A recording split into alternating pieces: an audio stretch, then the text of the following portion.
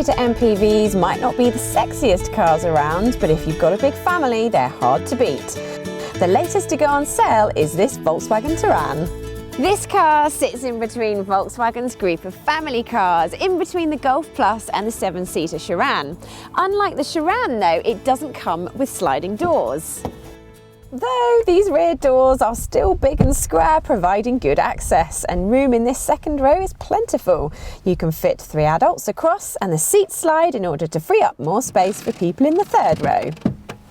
As with rivals such as the Ford Grand C-Max, the 2 rearmost seats are really only suitable for kids, and access is a bit tricky. Having the rearmost seats up doesn't leave much boot space. However, put them down like so, and there's plenty of room for baby buggies and the like. For even more space, you can fold the middle row and passenger seat flat too, allowing you to carry loads up to 2.7 meters in length.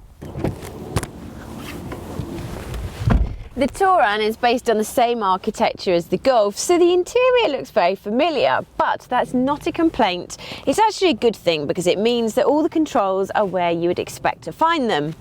This infotainment system with touchscreen is easy to use, just like in the Golf, and it's very easy to find a comfortable driving position with plenty of adjustment in the seat and the steering wheel. Plus, if you go for SE spec or higher, there's an abundance of storage spaces to store your everyday clutter.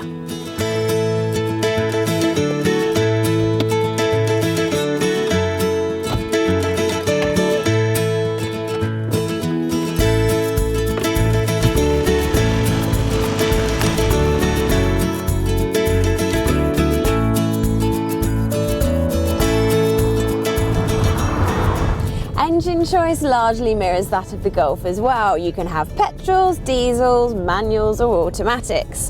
What we would say though is the 1.2 entry-level model petrol is quite sluggish. So if you are going to be having a lot of passengers in the car on a regular basis, we'd recommend the 1.4 petrol or the 1.6 diesel. Today we're in the 2-litre diesel with DSG automatic gearbox, which is a good combination. There's plenty of mid-range torque, which means overtaking is a breeze. And although it's quite noisy on idle, once you get going, it's actually quite quiet. For most though, the 1.6-litre diesel will be plenty. The Touran is reasonably good at shutting out wind and road noise, although be warned when travelling at motorway speeds you do pick up a bit of wind noise from those large wing mirrors.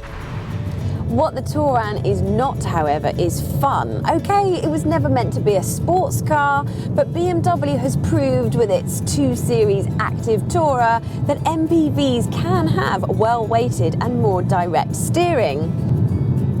And it leans quite a lot in the corners, but when it has such great ride comfort, we're going to struggle with that complaint.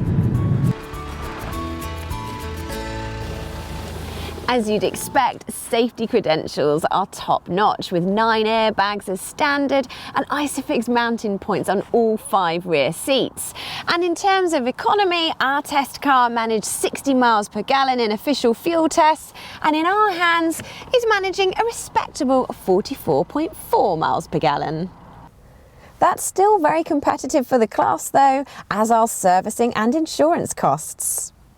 Prices start at around £22,000, but we would advise spending a little bit more and going for the SE as opposed to the entry-level S, because you get specs such as all-round parking sensors and multi-function steering wheel.